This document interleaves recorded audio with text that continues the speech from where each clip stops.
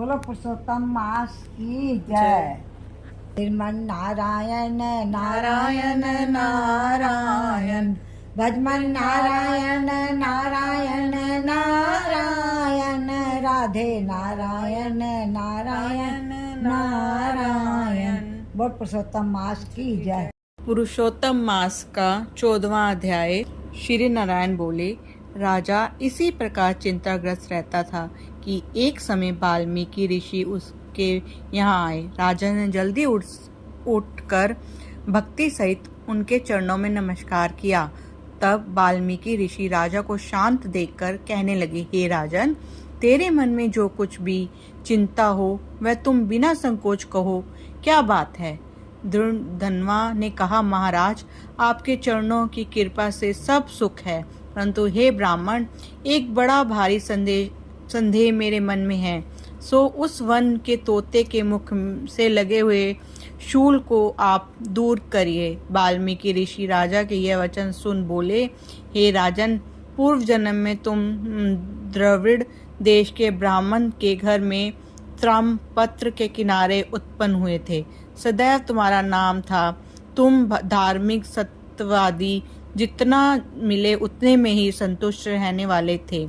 तुम्हारी स्त्री उत्तम गुणों वाली गौतम ऋषि की पुत्री गौतमी नाम से विख्यात थी। गृहस्थ आश्रम के धर्म में चलने वाले सदैव को तुम कितना ही काल व्यतीत हो गया, परंतु उनके संतातिक नहीं हुई। एक दिन आसन पर बैठा हुआ अपनी स्त्री से सेवा कराता हुआ थका हुआ वह ब्राह्मण कहने लगा, हे सुंदरी, संसार में पुत्र से परे कोई सुख नहीं, क्योंकि तप दान से उत्पन्न पुत्र परलोक में सुख देते हैं। शूद्र वंश में उत्पन्न हुई संताति इस लोक और परलोक में सुख देती है। उस श्रेष्ठ संताति को मैं प्राप्त न कर सका तो मेरा जीना व्यर्थ है। मैंने उसे वेदा अध्ययन नहीं कराया, न उसका विवाह आदि किया। अंत में जन्म व्यर्थ है, इसलिए मेरी मृत्यु शीघ्र ही हो जाए तो अच्छा है। मुझको आयु प्रिय नहीं। इस प्रकार अपने पति के वचन सुनकर उस सुंदरी के मन में अत्यंत दुख हुआ और बोली, हे प्राणेश्वर, ऐसे तुच्छ वाक्य मत कहो। तुम्हारे जैसे वैश्व शूरवीर कभी निराश नहीं होते। हे विप्र, आप सत्य धर्म में तत्पर रहें। आपने जो स्वर्ग जीता है, पुत्र की इच्छा है तो हरि जगन्नाथ की आराधना करो। वह ब्राह्मण श्रेष्ठ अपनी धर्म पत्नी के ऐसे वचन सुनकर निश्चय के साथ ताम्रपर्णी नदी के किनारे चला गया। वहां जाकर पुण्य तीर्थ में स्नान कर महाभयंकर तप करने लगा। ऐसा उसे तपोनिधि के 4000 वर्ष बीत गए।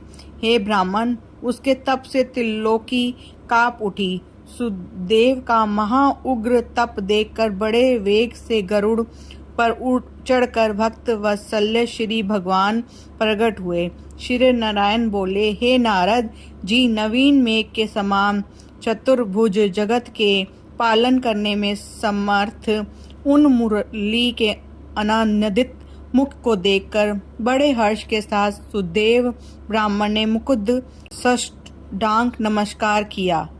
14वां अध्याय समाप्त। श्रीमन नारायण नारायण नारायण, सत्य नारायण नारायण नारायण, बद्री नारायण नारायण नारायण। मास की जय।